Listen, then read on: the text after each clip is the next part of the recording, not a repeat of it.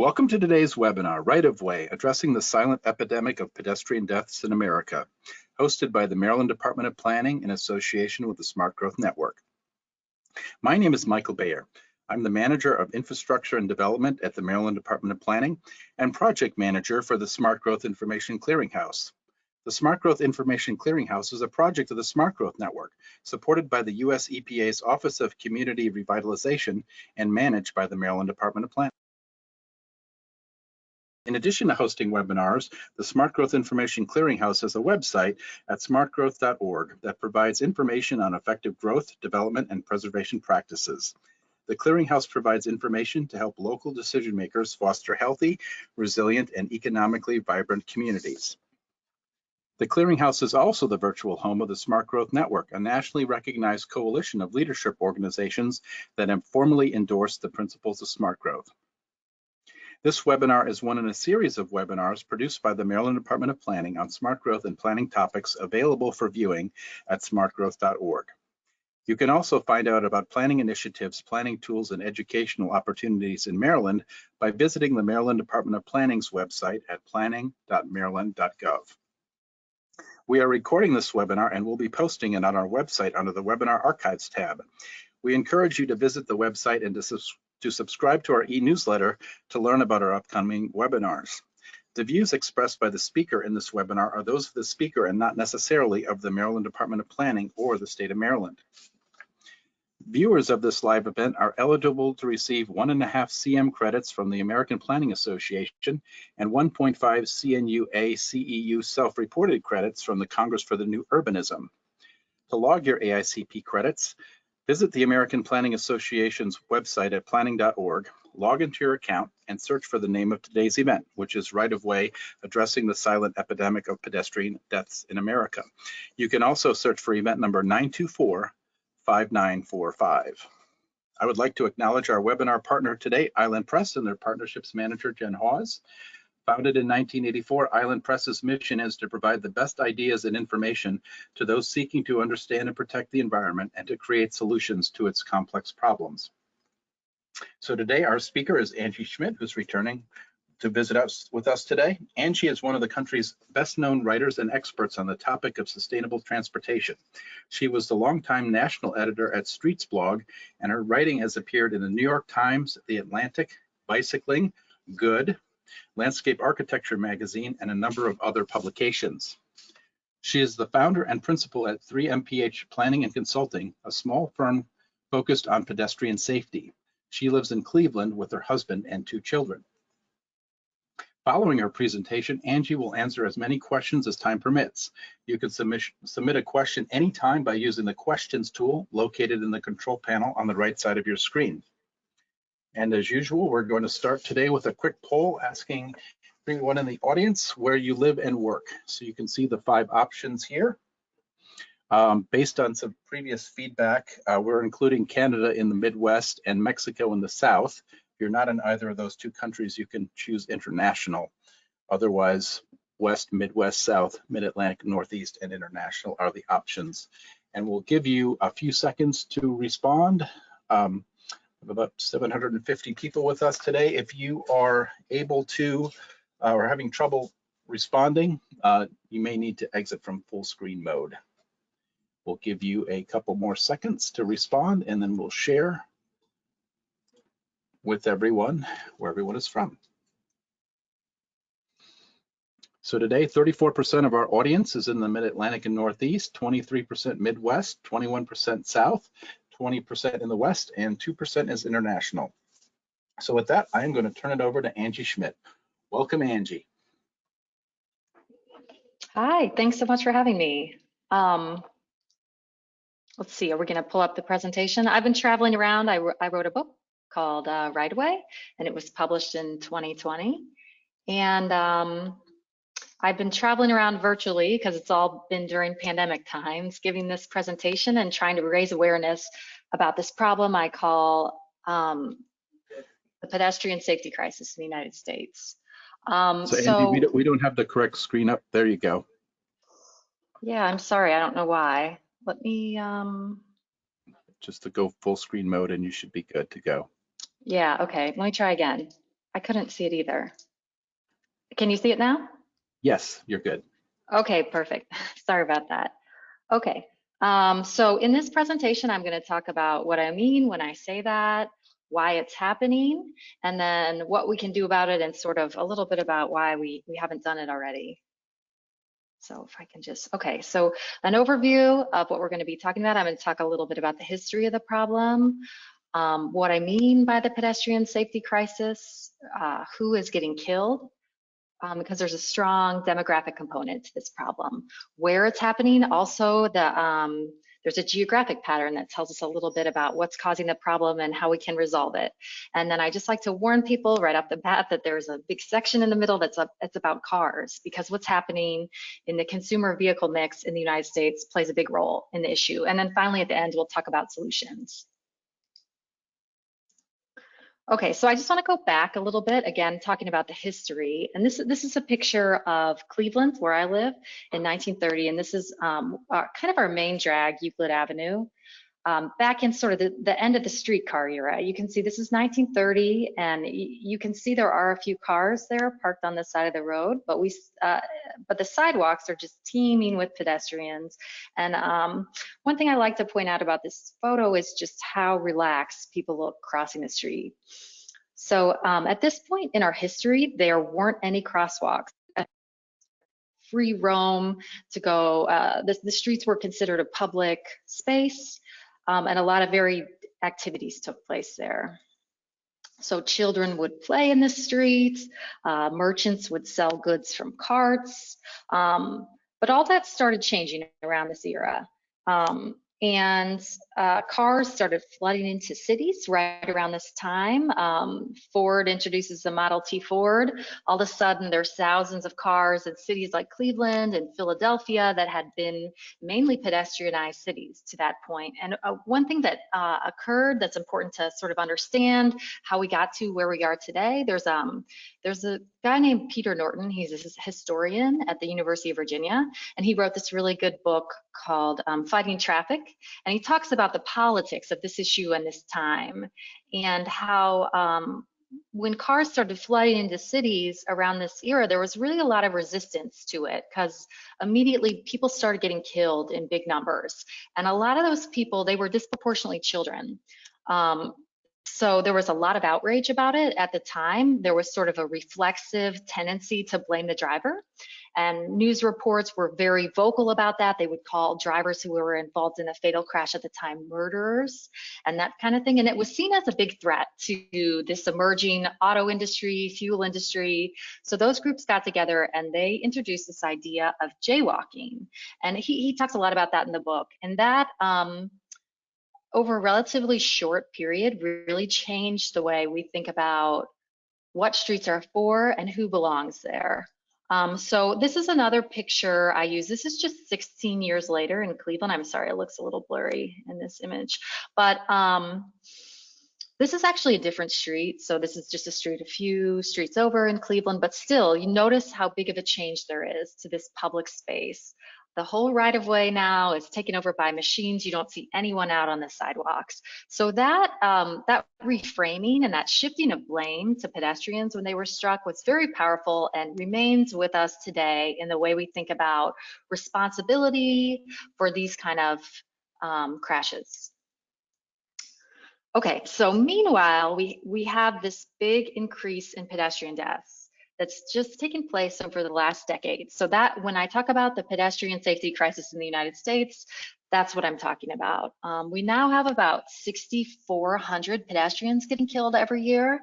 And an additional few thousand are actually killed on private property, like parking lots and in driveways that are not included in those official statistics. So it's more if we include those. And this is actually a very rare thing in traffic safety. Since the 1970s in the United States, we've sort of been able to count on that every year, more or less, give or take some variation, our traffic safety outcomes would improve over time. So when pedestrian deaths began rising around 2009, it was something that really puzzled a lot of experts for a long time, and a lot of people thought, you know, this is an anomaly, but we now know that it's this sustained trend. And one thing that this graph points out is that we haven't seen the same sort of trend for passengers and drivers. So there's something special going on with pedestrians. And I should add, it does apply a little bit to cyclists. We're seeing similar, although not as stark trends with cycling deaths. So another point I wanted to make here is this is a problem. I was actually surprised by this. When the pandemic hit, there was a lot less driving. A lot of people were telecommuting and not leaving the house. And I think a lot of people, myself included, expected traffic deaths overall and pedestrian deaths as well to decline because of that. But what we've actually seen is the exact opposite. In the last 2 years, again, we've seen this from a bad place in the first place on this kind of issue. We've seen this dramatic increase once again. And a lot of people blame more reckless driving that took place during the pandemic.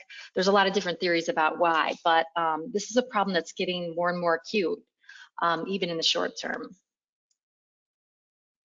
Okay, so just to review, that's sort of what we're going to be talking about, this trend.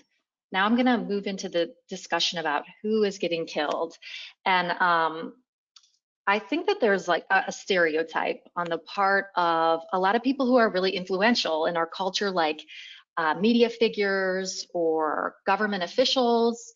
And they have this sort of stereotype about who's being killed in their mind. And it's kind of like this guy here on the left. Like tropes trotted out a lot in the media of the distracted pedestrian. So the idea is you have this guy here on the left. He's maybe a very wired millennial. He's crossing the street in maybe a major city like DC, and he's on his phone. He's in a crosswalk. He's distracted, and that's part of the problem. And I think that this is really inaccurate. And I think the reason it's so pervasive is just because I think a lot of the people, again, who are shaping the narrative about this are a little bit privileged. And this is what they see sort of anecdotally on their drive to work.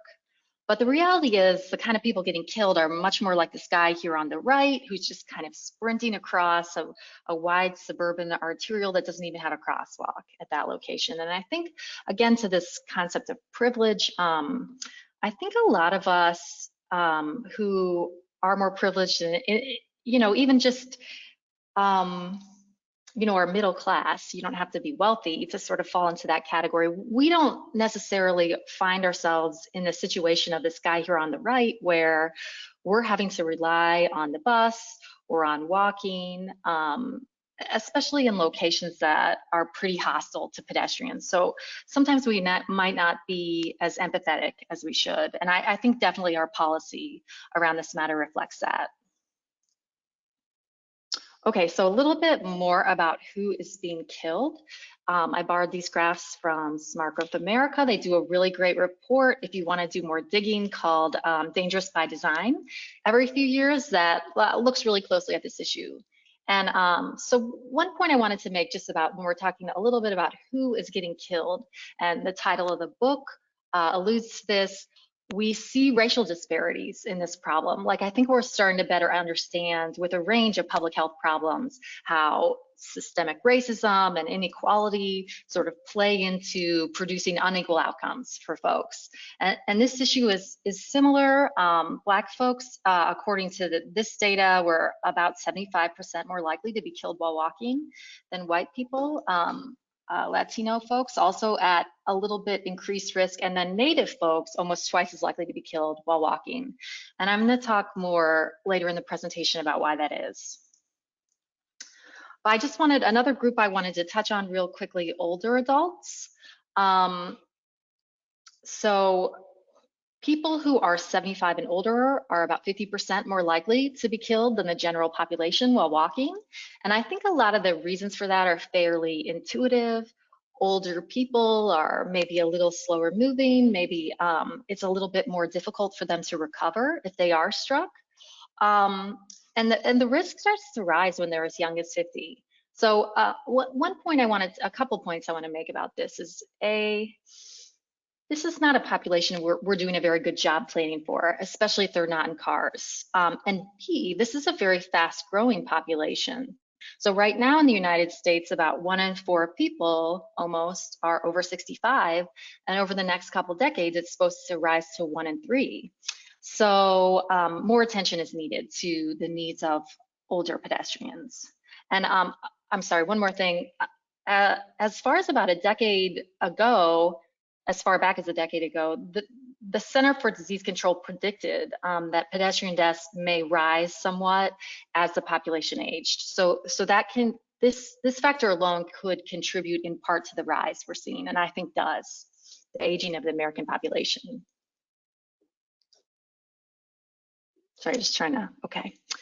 Another group, I'm not going to dwell on this too long, but there's pretty good evidence that people who live in lower income neighborhoods, again, are at increased risk. So there may be some overlap with our Black neighborhoods and our Latino neighborhoods in some cases, and that's part of the problem with it, why we're seeing the disparities, but not necessarily. Anyway, so one thing that seems to be going on, not just in one city, but in cities across the country, is wealthier neighborhoods that tend to be wider, have better infrastructure, better safety infrastructure. And in addition, the people that live in those neighborhoods maybe are a little bit less dependent on walking and transit, especially if the conditions aren't very good, they can hop in a car. Whereas folks in the lower income neighborhoods might not have that option all the time. And in addition, their neighborhood is being passed over for the kind of safety treatments that could really benefit them. About that later in the presentation too. So again, I'm borrowing this from Smart Growth America. That's a little bit of that's just an overview of who's getting killed. And I'm going to move in now to talking about the geography of the issue. So again, I'm borrowing this from Smart Growth America from their great research. This shows the 20 most dangerous metro areas in the country for walking. And I think it's pretty clear that there's a very strong pattern. The most dangerous cities are concentrated in the South, and particularly the Southeast. And Florida in particular is an outlier, very dangerous. Almost every metro area in Florida appears on this list. So the reasons for this are, if you think back to that original slide I shared that showed Cleveland in the streetcar era, a lot of our northern cities are a little bit older, and they developed a lot prior to 1940 when cities were still laid out in a very pedestrian-friendly way. But that's not the case at all with states like Florida and to a certain extent like Texas, where population growth really caught off in those cities after the invention of air conditioning. So those cities developed, cities like Atlanta, cities like Houston, El Paso, Fort Myers, these very dangerous cities, they developed sort of at the height of the auto era in the United States. So that's the 50s, the 60s, the 70s, when all the engineers are being trained to build the interstate highway system, and all their land use is very suburban in form. And especially in Florida, if you ever get a chance to travel down there and do any driving, just really wide arterials, exactly the kind of arterial roads that tend to be most deadly for pedestrians. So again, we're going to talk more about this in detail, but this is the overall US trend. And this is also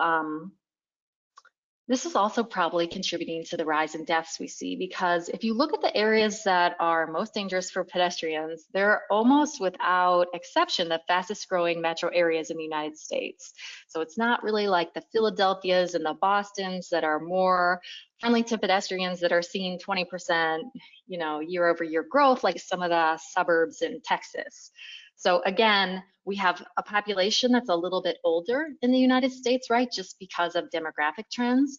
And we also have a population that, because of wider demographic trends in the United States, is more likely to live in metro areas that are dangerous, sort of dangerous by design, to borrow their term.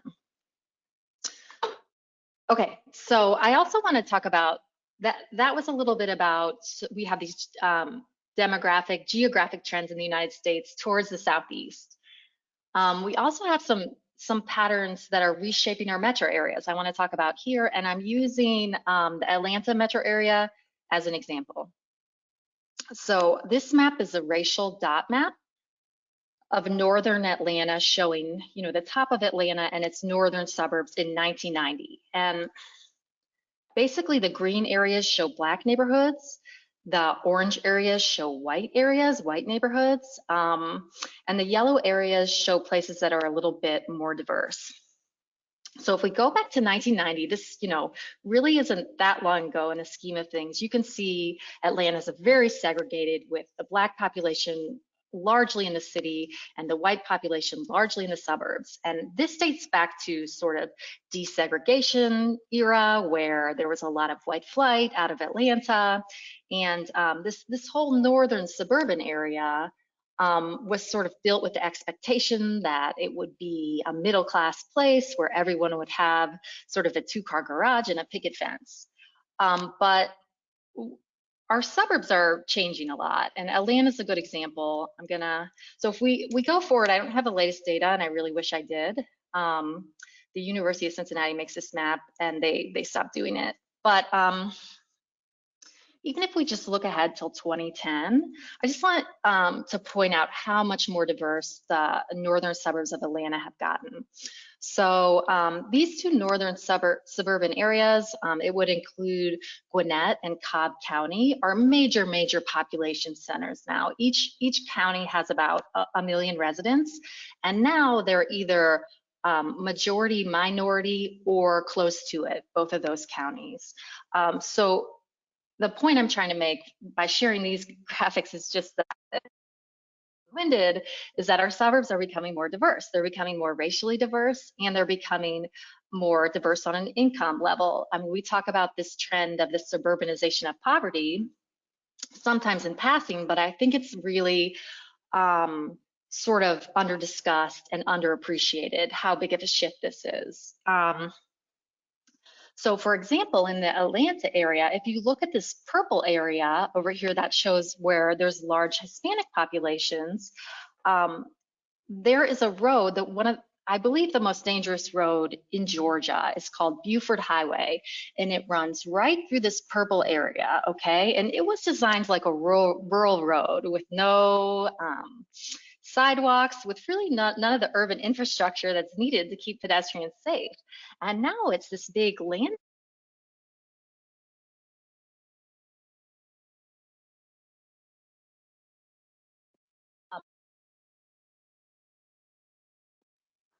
Okay, sorry. I have my headphones on, the Bluetooth picked that up, I'm sorry. Anyway, so so now this area right around Buford Highway is a landing spot for new immigrants to the United States, both Asian and Latino. So people are arriving from countries that have much stronger sort of cultures of walkability and much lower vehicle ownership, and they're landing right in this area where there's a very widely used bus route, and the street is just totally dangerous, and people are killed on it all the time. So we see that. I'm using Atlanta as an example, but that's the kind of thing we're seeing in metro areas across the country, and especially metro areas that are fast growing like Atlanta. Okay. So again, we have a shift of where people are living in the United States, and then we have a shift of where people are living within our metro areas. And in both cases, more people are living in, especially more people that might walk and bike or ride transit, in areas that are not designed for pedestrians, and that puts them at a little more risk. Okay. So continuing to discuss sort of the geographic trends around this issue, I talked a little bit earlier in the presentation about how Black people, Hispanic folks, Native folks are at increased risk to be killed this way. And that comes down a little bit to infrastructure inequality. So in this example, I'm using Cleveland, where I live, as an example. And this is another racial dot map. It shows the racial demographics of Cleveland. You can see we're a very segregated metro area still. Now, I want to just forward ahead and look at Vision Zero Cleveland produced this map, and it shows our most dangerous streets. Just to point out, how closely they align with neighborhoods of color in the city of Cleveland. And that's sort of not uncommon as well. We see that in metro area after metro area. Another city I like to use sort of as an example is Portland. And their I think a lot of people recognize Portland as a place that's really forward thinking about transportation and has invested a lot in trying to make its streets safe. But we still see these types of disparities very, very clearly when we look at the data in Portland. So their Bureau of Transportation produced these two nice maps, and I give them a lot of credit because they're great. So if we look at this one here on the left, it shows all the people killed in traffic in Portland in 2017 and 2018. And in Portland, by the way, more people are killed in traffic every year than are murdered. So it's a big public health issue. Now, they use the first names of the victims here to sort of humanize the problem, which I think is a really nice idea. And but you can see that the deaths are not happening in a random pattern, that there's this clear concentration over here on the right side of the map. Okay, so I'm going to talk about a little bit why over here on the right. So in Portland, there's a big demographic dividing line at East 82nd Street here on the map. And everything, I don't know how familiar, most of you all probably aren't that familiar with Portland, but the important thing to know about Portland for the terms of this discussion is that everything to the right of East 82nd Street, east of 82nd Street is called East Portland.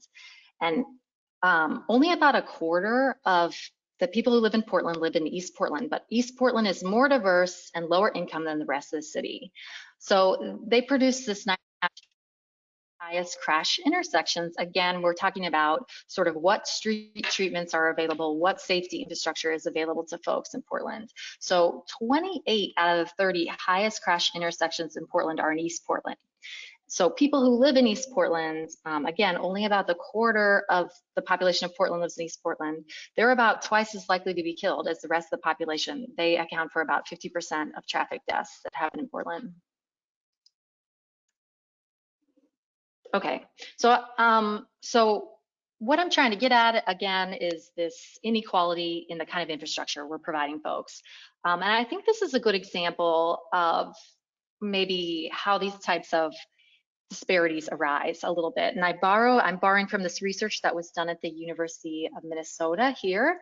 And this is a tribal area in Minnesota where some research was done. And it shows a footpath that was worn in the grass between, on one side of this state highway, there was a food cellar, and on the other side, there's a tribal service center.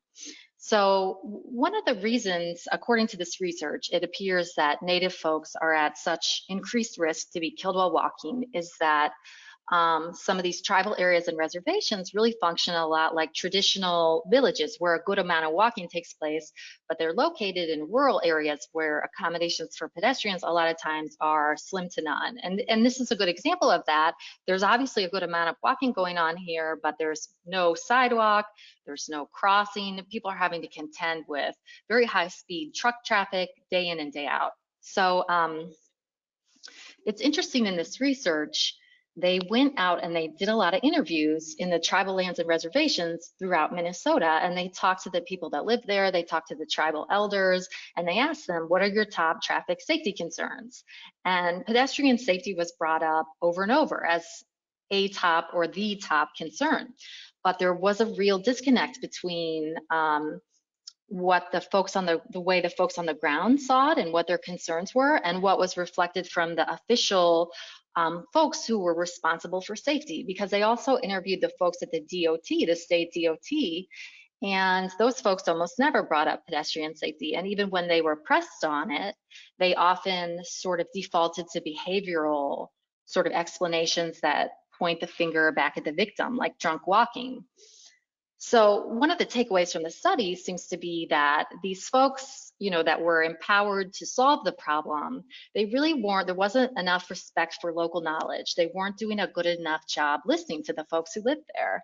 And probably they weren't very representative of those kind of folks. So there may have been sort of a cultural lapse that happened. But I think one of the lessons is definitely more respect for local knowledge, because at the end of the day, these pedestrian safety issues are very fine-grained. It's the kind of thing you maybe can only see at close range. And the people that are walking these routes day in and day out really have the best insights about what the problems are and what the solutions should be. Okay, so I tried to warn everyone earlier in the presentation. Now I'm going to shift into talking a little bit about cars, but I just want to recap a little bit before we move forward. And again, I'm trying to explain why we're seeing this rise in pedestrian deaths, okay? So first off, we have some demographic changes in the United States that contribute. The American population is getting older, so they're a little bit more vulnerable. They're more likely to live in the Sun Belt, and that's the most dangerous part of the United States. They also may be more likely to try and walk in suburban areas that really weren't designed to accommodate pedestrians, as we see growth overall in our suburban areas, but also growth in the suburbanization of poverty and more diverse suburbs as well. Okay, so then there's this other trend that is really negative for pedestrian safety, and I think is the thing we can point to most clearly and say this is the most clear cause of this increase we've been seeing, and that is we've seen this big shift in the vehicle mix in the United States. So if we go back to about 2010, when we're coming out of the last recession, we're seeing about equal share of cars versus light trucks, okay? And some graphs say we're, by some estimates, more passenger cars. And then over the years, you can see as we come out of the recession, there's this big fall off in the sold and this big increase in light trucks. So a lot more SUVs, especially crossover SUVs. And now in the latest model year, about 3 in 4 new cars sold were SUVs, pickup trucks, or vans. And the sedan market is really kind of dying out. A lot of the US auto manufacturers in particular have pretty much stopped selling them.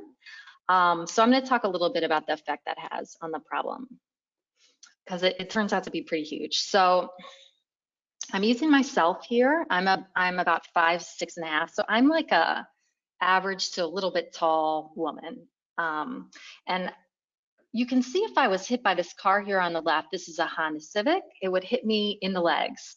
And in that case, the most common scenario would be that I would fall forward onto the front of the car. But if I'm struck by this car here on the right,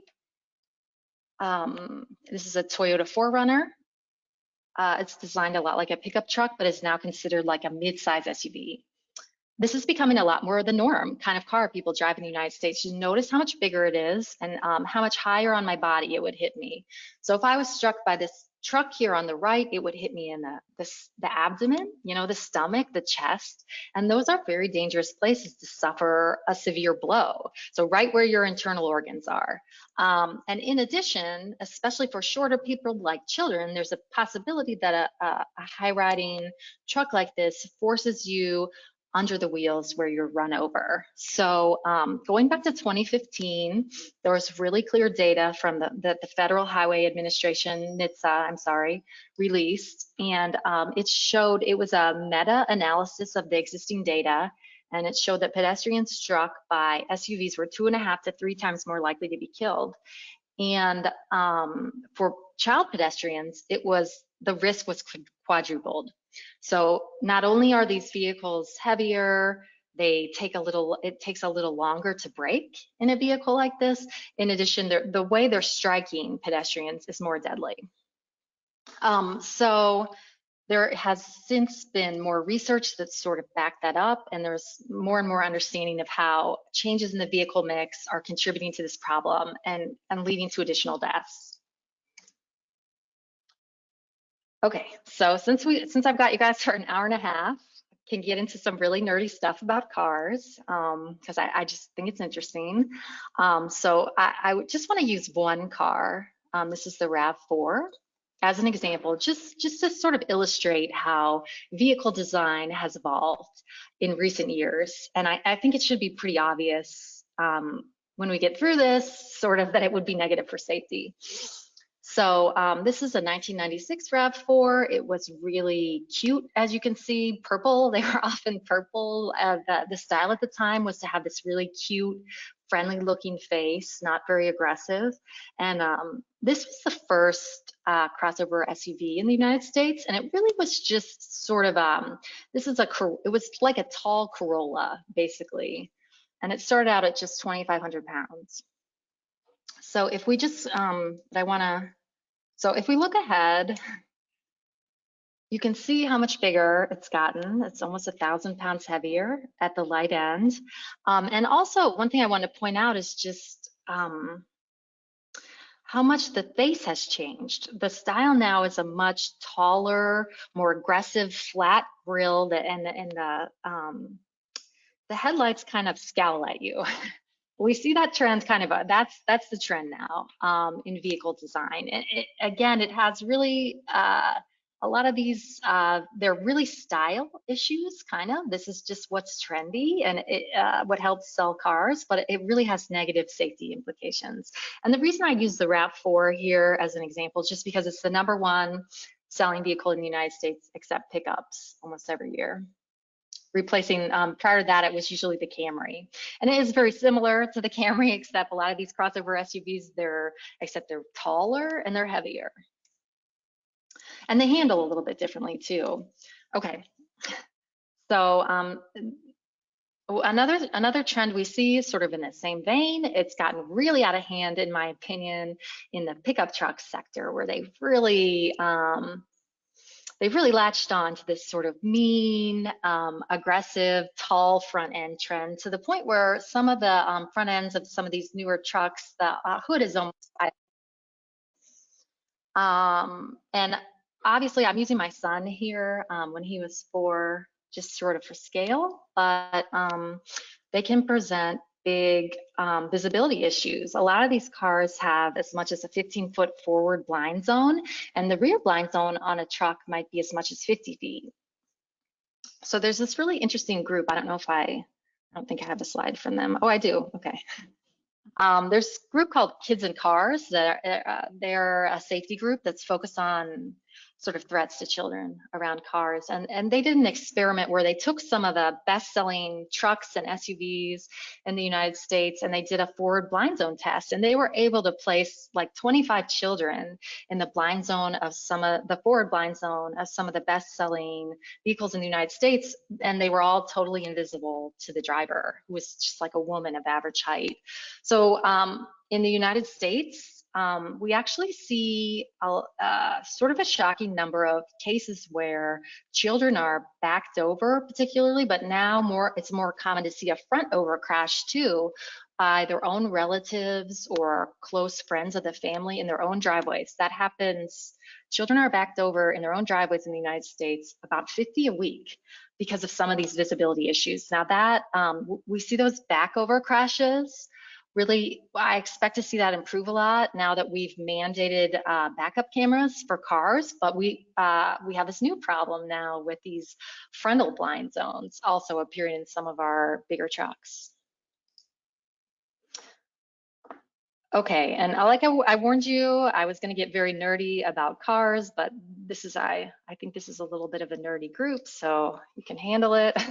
There's this other trend too. Not only are cars getting bigger, and I think that sort of phenomenon has gotten a good amount of media attention now. People are starting to understand that. Cars have also gotten a lot more powerful. So if we went back to like 1981, there was almost half of cars had under 100 horsepower. So now we don't see that at all.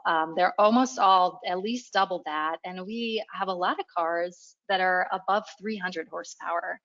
I'm not going to dwell on this too much, but I just want to, for planners and people who maybe are in municipal government and trying to get a handle on traffic deaths, especially in residential areas, I just think this is something that's going on that's a little bit invisible, that makes our job harder. Because if you have, a performance sports car, for example, that has 400 horsepower, it's that much harder to sort of compel them to slow down, for example, in a residential area where children might be playing.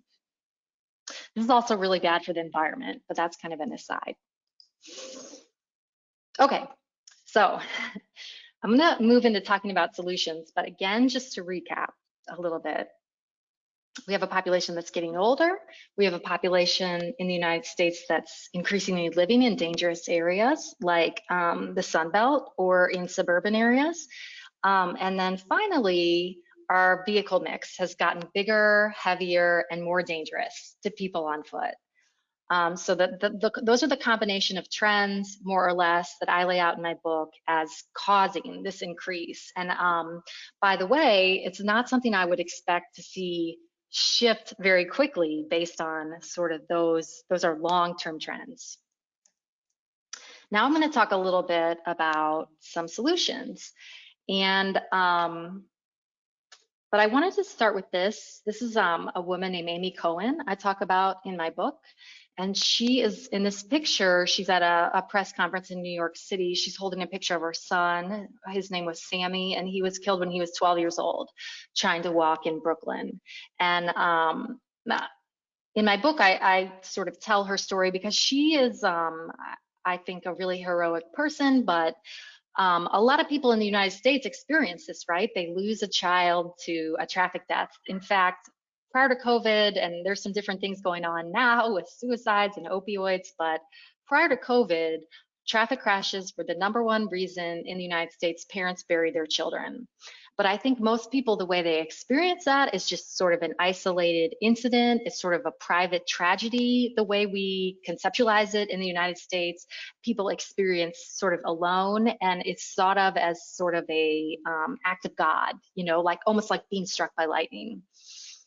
But Amy Cohen was really soon after her son's death got biking and walking advocacy group there in New York City, Transportation Alternatives. And she formed a group for other families called Families for Safe Streets. And it's for other families that have also lost a spouse or a child or someone close to them in a traffic crash. And they've been really active in New York City and also on New York State policy in trying to reform the laws to prevent people from being killed. And until about 2018, New York was really making great progress. We've seen a lot of that progress sort of reverse in the last few years in city after city across the United States, and the reasons for that are probably kind of complex, but have to do with the vehicles and also some of this behavior, this crazy behavior we're seeing as a result of the pandemic. So the reason I include this is just, I want to make the point that there's a need for more advocacy. There's a need for sort of shifting the narrative that these aren't just unavoidable tragedies, that these are the deaths that happen in patterns. For example, in my book, I talk about Philadelphia. Philadelphia has one street, Roosevelt Boulevard, where 1/4 of all of its traffic deaths occur every year. So statistics like that tell us that this is a problem that's related to design, and we can design away the problem, like some of our more successful international peers in Europe have done. Okay, so there's a need for more advocacy. There's a need for a shifting of the narrative. There's also a need for reform in sort of our institutional norms and our practices, right? This is one of the most difficult parts of the problem. So even if we recognize this is a problem, so much of sort of the auto-centric design, sort of prioritizing speed over safety is baked into our laws and our formulas and our, in this case, I'm talking about, this is, a graphic we used in a campaign I was part of. The National Association for City Transportation Officials put this together. And it's about, we were trying to reform a document called the Manual on Uniform Traffic Control Devices, which is this really obscure document almost nobody has ever heard of. But it's an engineering manual that's used, we call it, I mean, I've likened it to a recipe book for the streets in the United States. And so it tells engineers, you know, what the idea is, it should tell them what a stop sign looks like. So a stop sign looks the same everywhere across the United States. But over time, it's really been larded up with a lot of these practices that are anti-pedestrian. And so there's a reform effort going on right now. And the newly written manual would allow this kind of crosswalk here on the left, but not this painted, colorful crosswalk here on the right. So And that the review of that manual is still underway by the US DOT. I'm really hopeful that they're going to seize the opportunity with Pete Buttigieg in there to make some serious reforms and that we'll see that play out in safer streets across the country. But we sort of have yet to see. So this is the kind of double standard. They don't want, the old school engineering sector wouldn't want this colorful crosswalk. They say it might confuse people, where newer engineers would say, yes, we want to think of our streets more as public places. We want to make pedestrians feel welcome. It's not just a place where you have to scurry through, fearful for your life. So we see sort of the old school versus the new school sort of bumping heads on some of this stuff. And yeah, I'm hopeful about that. One thing, since this is, I'm hoping sort of a nerdy audience, one of the things I highlight in my book that I think is really unjust about the manual on uniform traffic control devices is, as it was previously written, it said municipalities are not supposed to add a crosswalk with a traffic signal unless 93 pedestrians per hour are crossing at a particular location. So on one hand, we're ticketing people, sometimes arresting them for jaywalking, but on the other hand, we have this secret document basically that only engineers know about it. That's actually a regulation, so it's a law that's discouraging municipalities from adding crosswalks where they might be needed. So failing, if the 93 pedestrians don't cross per hour, the manual said, failing that, if 5 people were struck at a specific location, then a crosswalk is warranted. A crosswalk with a signal is warranted.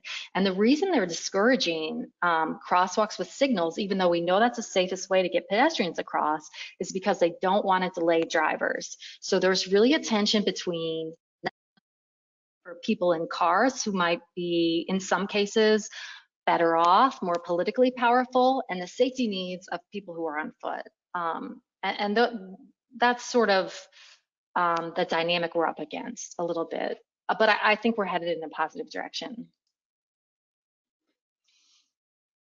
Okay. So does anyone want to jump in the chat and tell me what cities these are? Just real quick before I get going on this next. Do people have the ability to do that? They can put it in the questions tab. Okay, yeah, that's good. Who wants to jump in and tell me what cities these are? Does anyone recognize? While we're, somebody just said Toronto, Detroit and Cleveland. Nope. Detroit. Yes, there we go. They're going. We have to have someone from the Midwest on this call, yeah. So up here on the north, this is Detroit.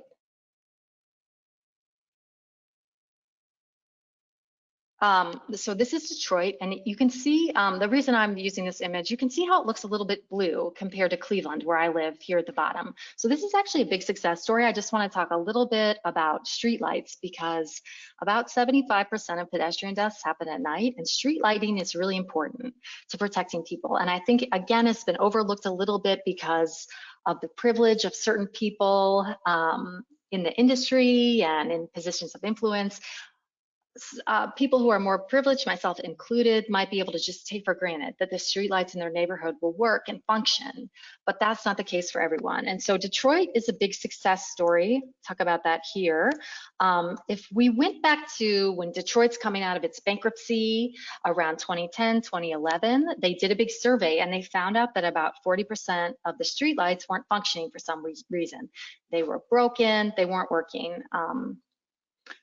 So they took action. They issued $85 million worth of bonds, I believe, working with the state. So they had good state partners on this project. And between 2014 and 2016, they replaced all their streetlights. They got them all working, and they changed them to LED. So that's why, sort of in this previous slide, Detroit looks blue and Cleveland looks yellow. We have since upgraded our lights too. Anyway, so this is what's happening with pedestrian deaths over that time. And that it looks like I left off the key. But the important thing to note here is that this blue portion at the top of this graph, these are deaths that are occurring in dark, unlighted conditions. So you can see that they're having about 25, 26 deaths in the pedestrian deaths in the city of Detroit prior to this project being taken on. that are happening in dark, unlighted conditions. And as soon as this project gets underway, these deaths start declining rapidly. So over a 2-year period from 2015 to 2017, pedestrian deaths declined in Detroit 35%. And that's in a context of they're rising rapidly everywhere else in Michigan and the United States. So that's a big success. And you can see they go from having 26 pedestrian deaths happening in dark, unlighted conditions to just 1 when that project is completed. So that's a big success story. And again, streetlights can be connected with some of this infrastructure inequality, and it's important. It's an important public facility. And I think it's also another thing I love about this project. There's a lot of evidence that shows street lighting improvements can reduce crime. I don't think the point of this project at all was to improve pedestrian safety. It was mainly about reducing fears of crime, making people feel more safe and comfortable taking the bus, etc. But it had this added benefit of really improving pedestrian safety. And there's also a lot of environmental benefits to converting streetlights to LED. So win, win, win. I love that. Okay.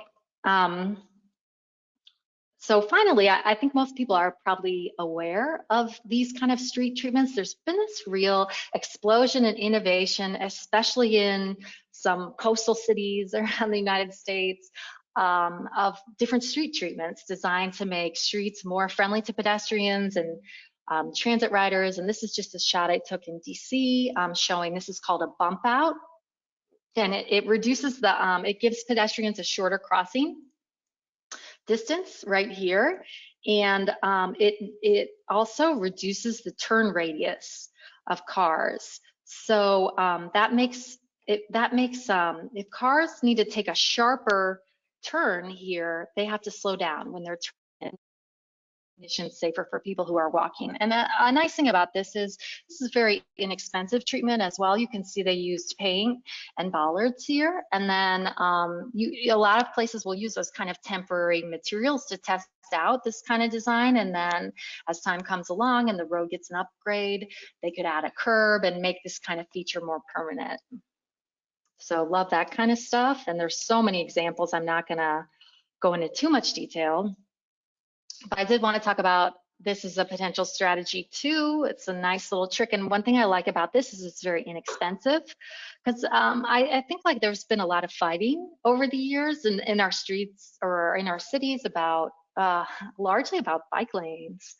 And you know, they can get really contentious when we talk about shifting street space, right? Especially whole lanes. But some of this pedestrian safety stuff really doesn't require such a big project, so much money, so much controversy. This is something called centerline hardening, and it's used as a safety measure in a lot of cities, but New York has been a real leader. And so what they're doing in New York in thousands of intersections is they've added just like a little barrier. So here on the right, there might be some bollards here behind the crosswalk, and then maybe like a striped low bump here in front of the crosswalk. And again, what that does is it forces these drivers who are making left turns are very dangerous, pedestrians are twice as likely to be injured by left turning drivers than right turning drivers in crosswalks. Left turns are also dangerous for drivers. They have these pillars on the side of their cars. A-pillars they call them, that can obscure a pedestrian. So they have these blind zones when they're making a left turn. So anyway, you know, this is very inexpensive equipment can be installed to force that narrower, sharper left turn. And in addition, in New York, they've paired that in a lot of locations with something called a leading pedestrian interval. And all that is retiming the traffic signal so that pedestrians get a few second head start when they get the walk signal before these cars start making their turns. So the idea is then a pedestrian is sort of out in the intersection where they're more visible. The car is making a tighter left turn where they're facing them in a more forward way. And a big improvement where this has been installed in New York City. They installed them at thousands of intersections. It only costs $1,200 per intersection to install them. And they have been attributed to a 40 to 45% reduction in pedestrian injuries where they're installed in New York. Okay, so I'm wrapping up my presentation, and we're gonna move move on in a few minutes to the Q&A, but I like to end. This is, you know, it's New York City. Try to ignore that it's New York City, and I know New York's a big city, and a lot of people don't think it's comparable to their city. I'm just using this image to point out this nice use of a pedestrian refuge island. This is called here, and a pedestrian refuge island is not a very sexy treatment. It's something that's been around forever. It's not controversial usually. The Federal Highway Administration recommends these, and they say they reduce pedestrian crashes about 40%, and they can be installed inexpensively for just a few $1,000s. So I think a lot of times when I give this presentation, people are sort of like, okay, I sat through a presentation about pedestrian safety, sort of what is the silver bullet solution? And they want like a design, you know, a flashy design solution. But I think this problem is a little bit more complex than that, unfortunately. But I love these. I think we need a lot more small scale interventions like this that are a little bit more humble, and they are also a little bit more fine-grained, right? So I think our streets, we need to go back through a lot of our streets and be adding, upgrading with these little additions that make it a little bit more comfortable to walk and bike. And you know, the city we're in and the neighborhood we're in, different solutions might be required for each of them. So there isn't sort of a one-size-fits-all solution. In some locations, street lighting may be the issue. There may be a need for a sidewalk. It could be, you know, ADA ramps or the conditions at bus stops. So I think fixing this problem really requires sort of a change in our paradigm a little bit, going from these big mega projects, more small scale interventions that are really informed a lot more by face-to-face discussions and this really, I think, valuable outreach with local groups and people who live in our neighborhoods. And with that, I think we're going to move on to this Q&A. Great, thanks, Angie. And I will say we have gotten dozens of questions and comments here today. So thanks to everybody for sending those in. We'll kind of go through, I know a lot of them relate to various aspects of the presentation that Angie had. So we'll follow that flow a little bit, but then ask a few broader questions as well. And you can continue to submit questions to the questions tab, and we'll have Angie turn on her camera so we can see her for the Q&A. So I'll start with a question that came in near the end, which is, how do we navigate the administrative and bureaucratic hurdles of making these low-cost improvements? In my community, I see a lot of missing and poor placements of ADA ramps. I just don't know how to do this. Yeah, one tool I really like is called a pedestrian safety audit. Actually, when I launched my business, that was sort of what I wanted to do, because I think that's such a good way to interface with the community, to get the kind of folks who are in positions of authority sort of out experiencing these conditions firsthand, which a lot of times, unfortunately, doesn't really happen, at least the pedestrian facilities. So I don't know if everyone knows what that is, but it's sort of just, you know, a community walk that's led by groups that are promoting safety. And, you know, I think really getting the right people to walk the corridor and really engage with people sort of one-on-one is important. And if the issue is ADA ramps, involving, you know, the affected groups, if there's disability rights groups in your community, they really should be sort of engaged on those kind of projects. And I understand, because where I live, they did a project like this, and they put the crosswalk in one location just at the wrong spot. It's at the wrong intersection. I wish every time I walk this route, I wish it was one block over. And that's the kind of thing. If we don't do a lot of diligence in the planning, we'll get little things like that wrong. Thank you. Next question, we'll just try to keep plowing through these. Are you aware of any studies to evaluate the effect of safety cameras, particularly red light cameras, on pedestrian safety? And do cameras encourage drivers to behave differently? So there's a lot of evidence that speed cameras are a big benefit, especially. So red light cameras are a little more complicated, and I think, but I do think, I'm not aware. I should say I'm not aware of a study that specifically looks at how it impacts pedestrian safety, but I do know that getting hit at high speed at an intersection as a pedestrian by someone running the red light is really bad.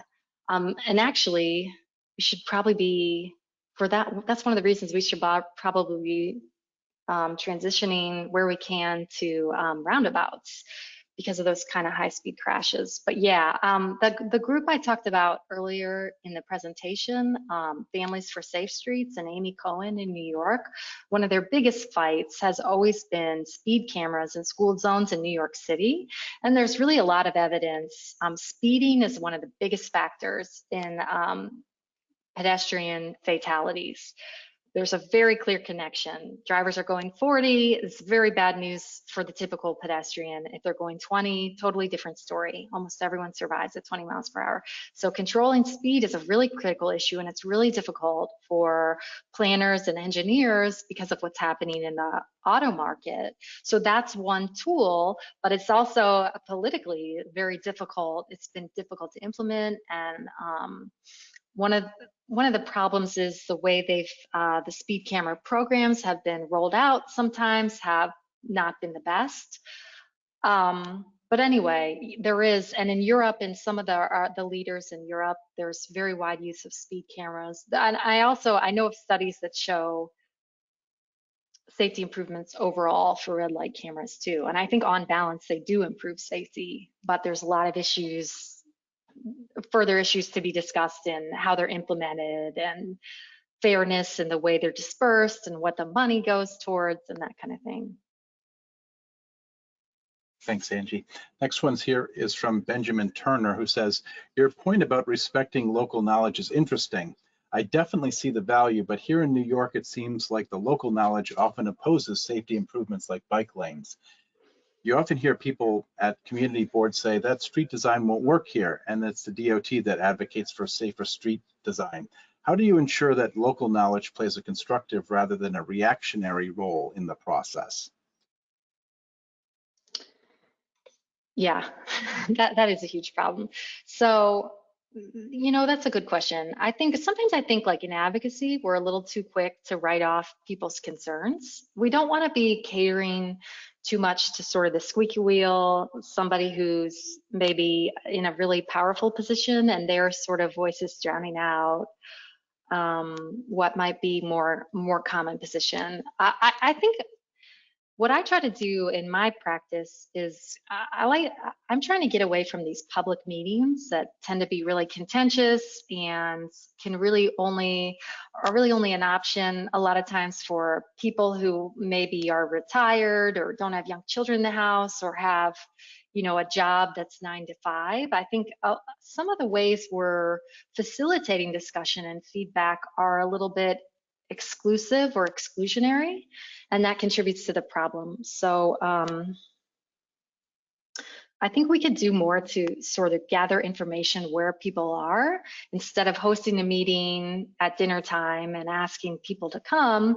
What if we're going out to bus stops, with a little incentive for people to talk to us for a few minutes and saying, what are you encountering? How do you experience the street? Because a lot of people who have more at stake in this discussion aren't always well represented in planning processes, if that makes sense. So that, not to dismiss that this is definitely a factor, that kind of NIMBY backlash, and it's a difficult political problem for sure to build sort of support for safety improvements. Another thing I think is we should, in order to overcome that type of backlash, I think some people just want to be kind of heard and listened to. So instead of trying to shut people down when they say, I rely on my car and I have children and I need to drive, like, okay, driving in New York City is probably a huge headache already. So like there's a real frustration there. I think if we can try to address some of these safety issues for pedestrians and bicyclists,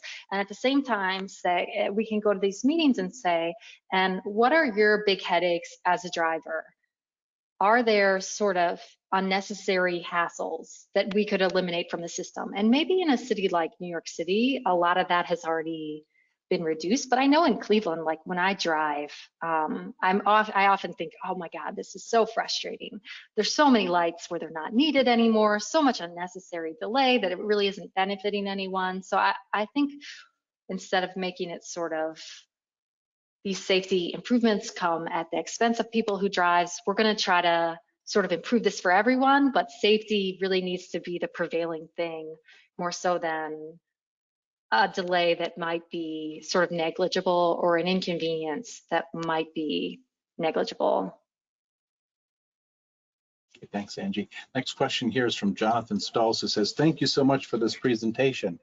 What do you see as the most effective strategy or use of time for budding grassroots advocates around the dignity and safety of pedestrians and decentering car infrastructure?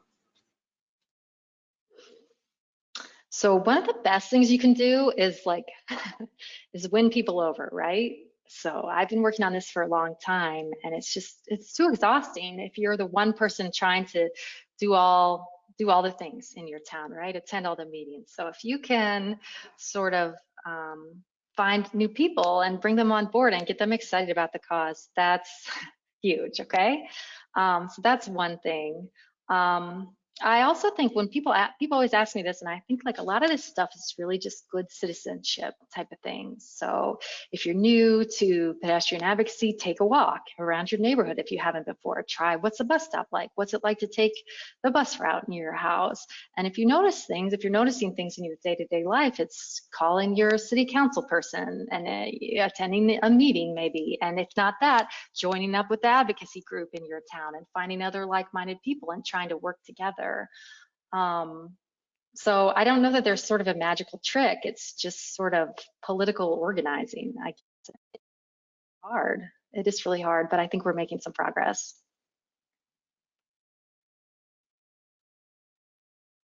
Okay, several folks actually asked a question regarding electric vehicles and the heaviness of the batteries and what effects that may have on the trends that you're seeing now.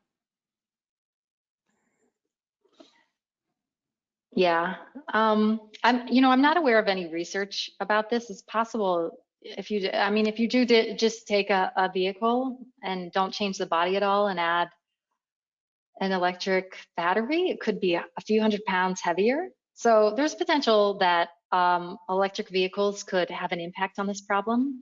It could have a negative impact, or it could have an unpredictable impact. I think too. Another concern is the noise issue. A lot of electric vehicles aren't as noisy as internal combustion engine cars, and that can be especially a concern for low vision or blind pedestrians. So it'll be interesting to see how that plays out. I'm sort of at odds with a lot of other people in the field.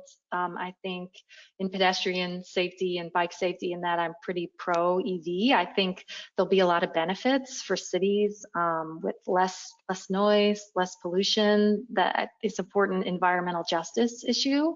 So I'm hoping that the benefits will really outweigh the costs, and we'll have to watch and see whether it'll have a big impact on this problem. But I think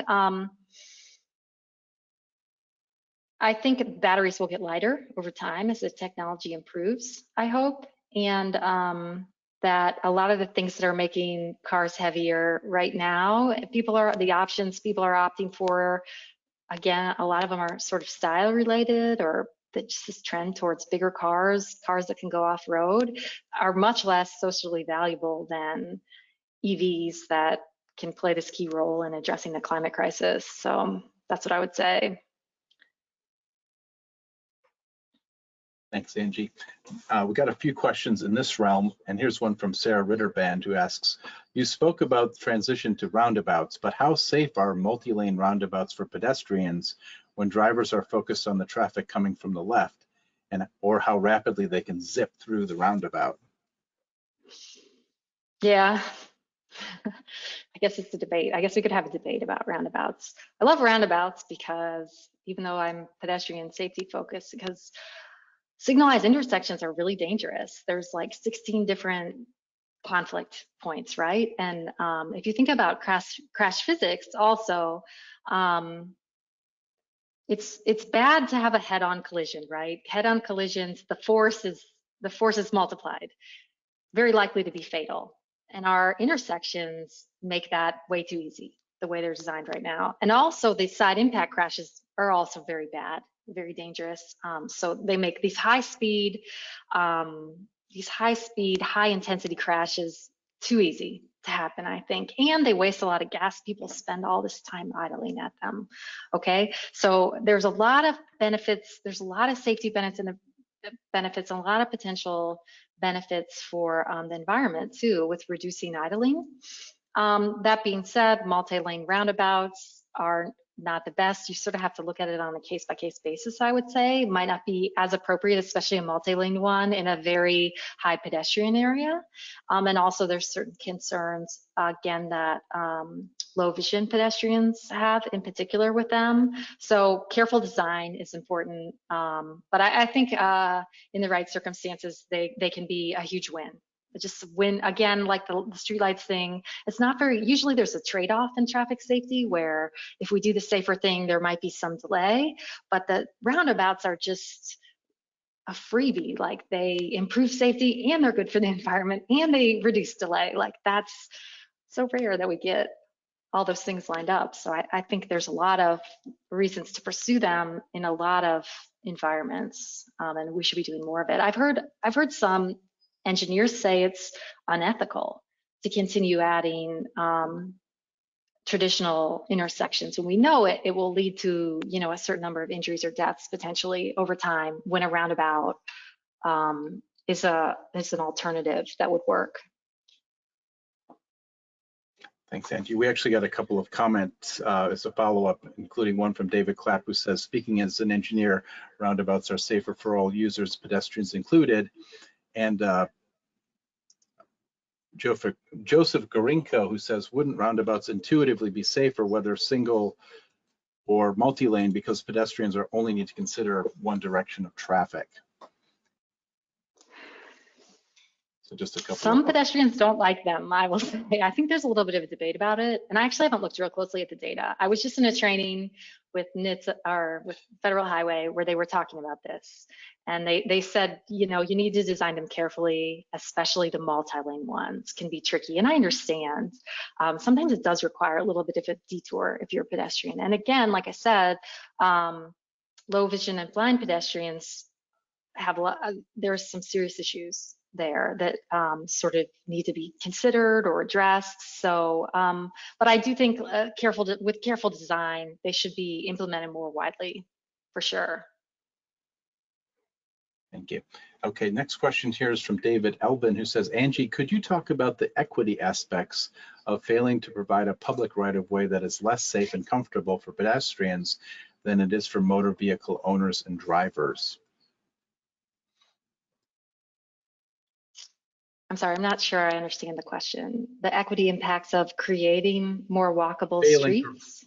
Failing to provide a public right-of-way that is less safe and comfortable for, so basically we're choosing automobile owners and drivers over pedestrians, kind of equity aspect of that. Yeah, and I think it's not as straightforward as it used to be, or always as we think we might assume, because of what's happening in some of our major coastal cities now, with a lack of affordable housing in the city and gentrification, and in some places it's become sort of like a luxury amenity to have a walkable neighborhood. And so it's very complex, but I think like in a lot of places like Florida and Phoenix, it's very straightforward that the people that are walking, especially like at night and waiting for the bus, are pretty marginalized. It's a lot of, we have some data that shows a lot of pedestrian deaths, or homeless people are disproportionately represented in pedestrian deaths. People with disabilities, I think immigrants also. So, and I think in places like Florida, where you have these crazy wide roads where people are getting up to like 50 miles an hour between traffic lights, it really is like an underclass that is relying on walking and transit, and that I think like that the design has really reflected that. So, and also it's difficult a lot of times to build political support for the kind of changes that would help them, because the more powerful people are in cars and they have more political power. But if you look back, even like where I live in Cleveland, I think we see the same kind of thing. Like the Cleveland Clinic here is in a neighborhood that's a few neighborhoods that are, a lot of them really poor, overwhelmingly Black, and the arterial roads in the area are really designed just to speed the commuters who are wealthier to the Cleveland Clinic and in and out of these neighborhoods. And the people that walk are sort of an afterthought. Thanks, Angie. Here's one from Eric McAfee who says, is there an equivalent school of thought for pedestrian safety, something akin to the broken windows theory that applies to property crime? I've seen a significant decrease in enforcement of low-grade traffic violations, such as running through four-way stops and cutting into lanes when making left turns, etc. It's hard not to think that this is causing an escalating culture of carelessness among motorists for which pedestrians bear the brunt. Yeah, I think that's really possible. I think it's possible. There's a lot of issues with the way we do traffic enforcement. Not all of it advances safety. A lot of it has created a lot of very serious problems, and I think a lot of localities are rightfully looking at it, trying to reform it. But yeah, I do think it's definitely possible that there isn't the same level of enforcement happening, and people are taking advantage. Like I think that we've seen increases in reckless driving and racing. So there's a need to reform the way traffic enforcement is done overall, and there's some sort of promising, I think, examples, including like one I was following is in Philadelphia, and there's some of these reform efforts. They're trying to eliminate pretextual stops. Like, is it a good use of police resources for them to be pulling over someone with a broken taillight or doing those kind of stops, right? And the new rule in Philadelphia is they're only allowed to stop drivers for the kind of infractions that are dangerous. So I think it's speeding, drunk driving, I can't remember, red light running, those kind of things, the kind of things that have a big safety impact. So it'll be interesting to see how that kind of reform works, but we also have to be thoughtful, those of us in traffic safety, that we're not proposing things that contribute to more racial profiling or police violence, which is a huge problem as well. Thanks, Angie. Next one here is from Emily Hyman, who says, as a certified planner, I'm required to get continuing education credits. Thanks for noting that, Emily. Yet the most dangerous thing I do, drive a vehicle, requires no continuing education to renew my license. Is there any advocacy on the state or national levels to increase the continuing education or license renewal requirements for drivers? With new or more creative road and bike lane crosswalk designs should come education opportunities for drivers. You know what? I'm not aware of anything too exciting, to be honest. I'm working right now with this group called Transportation Alternatives on a package of reforms in New York State. And one of the requirements is for additional information about bike and pedestrian safety, I believe, in the initial driver training. So the kind of thing that a lot of people maybe are getting when they're 16. So hopefully we'll be able to pass that. But no, I'm not aware of anything that's real radical or a big change that's underway. I think some states do require additional testing for older folks, but I don't understand those laws, and I'm not as up on that as maybe I should be.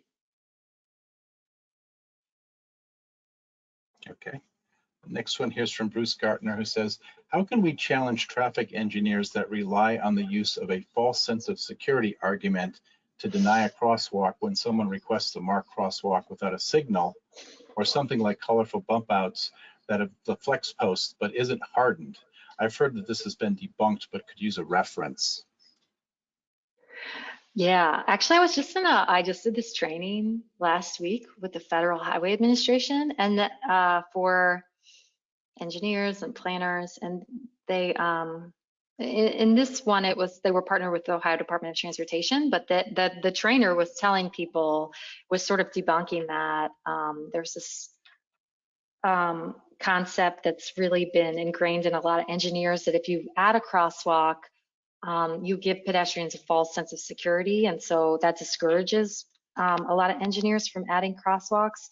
One thing I will say though is that just adding a painted crosswalk on its own might always not be appropriate or effective, right? Because if it's a non-signalized crosswalk, the yielding rates, according to a lot of research, is really terrible. So you might have like around 16% of drivers yielding at just a painted crosswalk without a traffic signal there. So at a lot of locations, we need we need sort of additional interventions to promote yielding. We might need, like, they use these rapid flashing beacons or a pedestrian refuge island, or a raised crosswalk. So so yeah, I think there's like some nuance there, and we do have this sort of long-standing sort of habit among some of our engineers to, I've heard it called like a technical brush off. It's like, we can't do that because the manual says, or because of this rule. And sometimes it might be that they're just not motivated to do it, and that's the easiest way to sort of shut down those kind of discussions. So hopefully we can get more, and I think that engineering profession is evolving a lot. Hopefully we can get more people in the profession that are excited about some of these reforms. And I think that we're going to see shortly, and again, I worked on a campaign, I think we're going to see the Buttigieg USDOT come through with some big institutional reforms that'll help spell out those kind of things and sort of address some of those myths and barriers institutionally. Thanks, Angie. Next question here is from Tanner Axt, who says, do you find that pedestrian and bike infrastructure complements or conflicts with one another? So I think it complements. I think bike infrastructure is helpful, but it's not sort of a panacea for the pedestrian safety problem. And I think a lot of times it was sort of treated like that because bicyclists are better organized than pedestrians, and maybe, you know, certain ones of them might have better access or higher social privilege or whatever. And so they would say, you know, we have a safety problem here, we're going to add a bike lane and that's going to resolve everything. Now, I don't think that's necessarily true, that pedestrians sort of have their own needs, but to the extent that bike lanes can be used to, like, sort of calm traffic and do road diets, I definitely think it's beneficial. And like, me as a pedestrian, for example, when it snows in Cleveland and they don't clear the sidewalks, a lot of times, you know, I end up in that bike lane too when there's an obstruction or that kind of thing. So I do think that they are beneficial, yeah. Thanks. Next one here is from Laura Wilburn, who asks, are there any organized movements that you're aware of that have gained traction in the country to require crash rating standards to include pedestrian safety? Yeah, there's been some really exciting, since I wrote my book, there's been some really exciting advancements. And actually, when I sort of quit my job and was like, I'm going to start my own company, this is one of the things I wanted to work on. And now it's sort of like, I feel like it's largely resolved. Well, to the extent that it's likely to be resolved in the short term. But as part of the bipartisan infrastructure bill, somebody inserted rules that for the first time, they're going to have to rate cars for impacts to pedestrians. You know, the 5-star rating we give cars has never included impacts to pedestrians or cyclists. So that's big. They're also going to start, I can't remember if they're going to be mandating, but they're going to be testing for automatic pedestrian detection and also emergency braking. So these are sensor systems on the front of cars that can automatically brake before they hit something. There's some good evidence that shows it has the potential to reduce or eliminate a lot of pedestrian crashes. So I'm really excited about that. They also have are doing some reforms. I was just reading the legislation they proposed, which, by the way, is open for comments. It's a federal rulemaking. We're going to be writing about it at America Walks. But they're also they've proposed some changes to headlights, which seems boring, but as I talked about, so many pedestrian deaths occur at night. And for years, groups like the Insurance Institute for Highway Safety have been clamoring for better headlights because it has a big impact on collisions. So that stuff made it into, and I'm really hopeful. It takes a while because the vehicle fleet has to turn over. It's going to be required eventually in new cars, and then it takes 11 years before, you know, all the cars on the road have been turned over.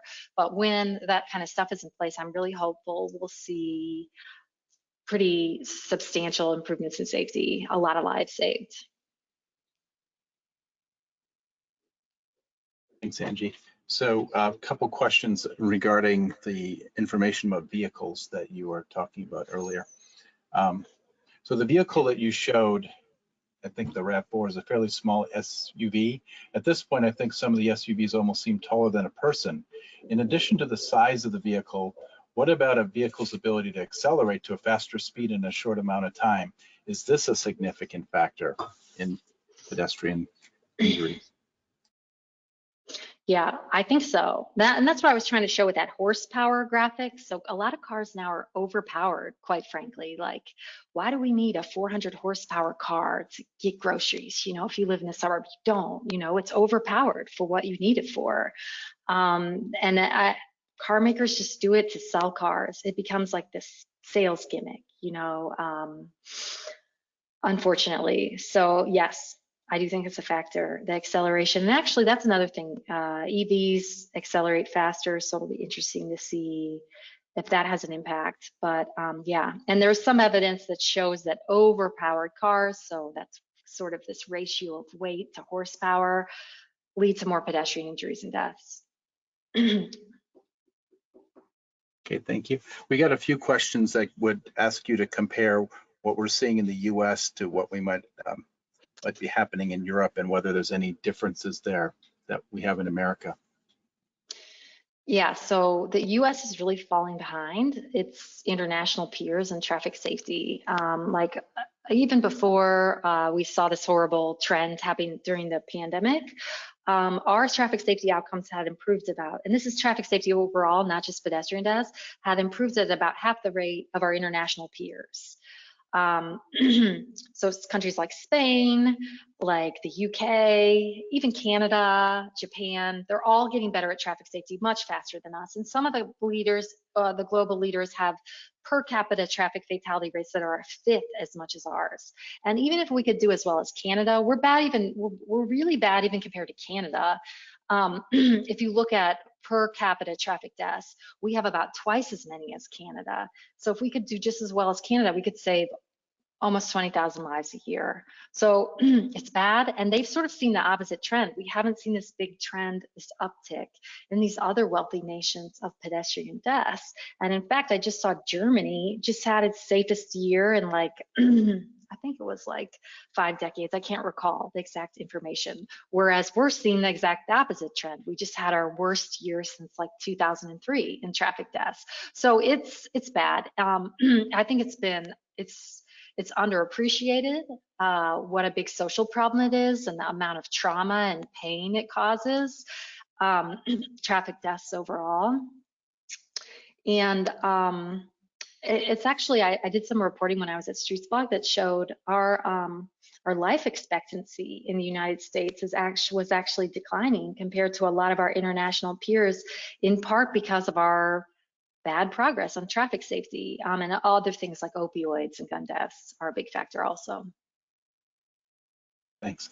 I think we'll go over a few minutes given the volume of questions, and they're still coming in, and we still won't probably hit more than a quarter of the ones that have arrived. So thanks everybody for submitting as always. Next question here is from Natalie Bilwalk-Whitty, who's asking, besides distracted pedestrians, I've heard a narrative associated with impaired pedestrians. Is this a prevalent problem, or is it just another bias that persists? I think it's sort of complex. Like, first of all, I don't think it should be used to blame the people that are hit. It could be a factor, of course, in the crash without, I mean, we don't want people who are drunk to drive, right? And a certain amount of people in our country are alcoholics, and there's a certain amount of drinking that just goes on. And we're sort of socially pretty tolerant of that. Some countries, like in like Scandinavia, that have better traffic safety records, might have tighter control of liquor and alcohol, or they might have different cultural norms. Like I think one of the Scandinavian countries, I can't remember which, they have a strong cultural sort of norm against drinking on weekdays. So anyway, we have a lot of drinking that goes on in our society, and drinking, I think, is a big contributor to all accidental deaths, right? But I don't think we should be blaming the people who are struck, and I don't think it's sort of, I don't think they're it's the cause of the increase, I guess is what I'm saying. There have been some studies that have associated it with that, or even with some studies have looked at drivers and marijuana legalization and found sort of a connection there. But we sort of don't really have a good answer for what people who are drinking, how they're supposed to behave, how they're supposed to get where they need to go. We sort of don't have a good answer for that in our society. And we, this is probably too long-winded, but I read this book called One for the Road that gets into the history of sort of drunk driving enforcement and Mothers Against Drunk Driving. And one thing they said in it is we took a really punitive approach to the problem back during the Reagan era when Mothers Against Drunk Driving was a really big and important charity, and really sort of addressing the problem. It was really criminalization and not more structural reforms such as sort of limiting where we sold alcohol a little bit more, or there was one proposal to tax alcohol to provide a free taxi service for people so they were drinking. So I think that's one of the reasons we've had such a difficult time sort of reducing drunk driving deaths more than we have. Thanks, Angie. We'll ask you a couple more before we wrap up here. Next one here is from Anna Ricklin, one of our former webinar presenters and from Fairfax County, who asks, what do you think is the role for public health on this issue?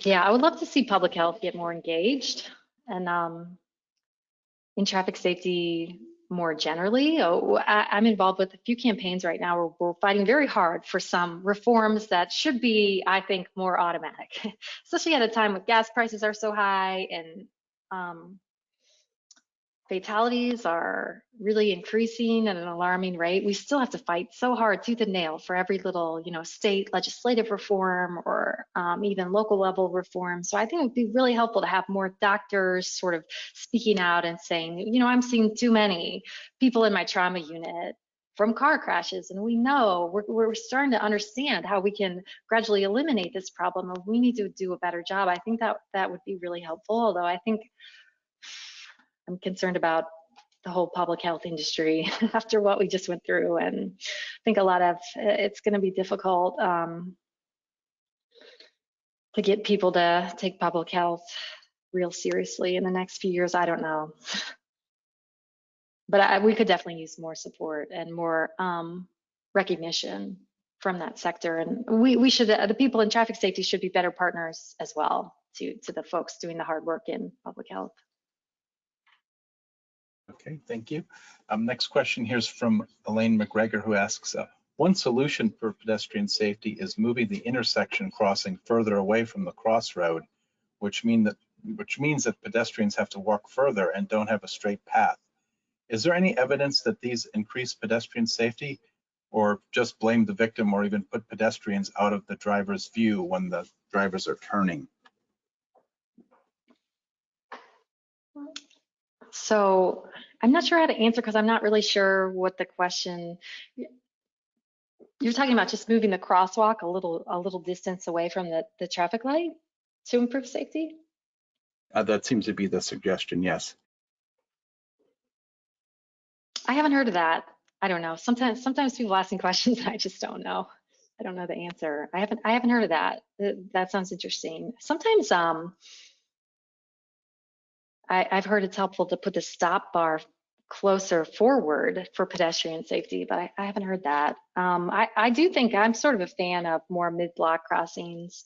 If we can do a nice job on them with refuge islands and that kind of thing. I just got hit by a car actually about 3 weeks ago, and I was in a crosswalk with a walk signal. So luckily I was okay.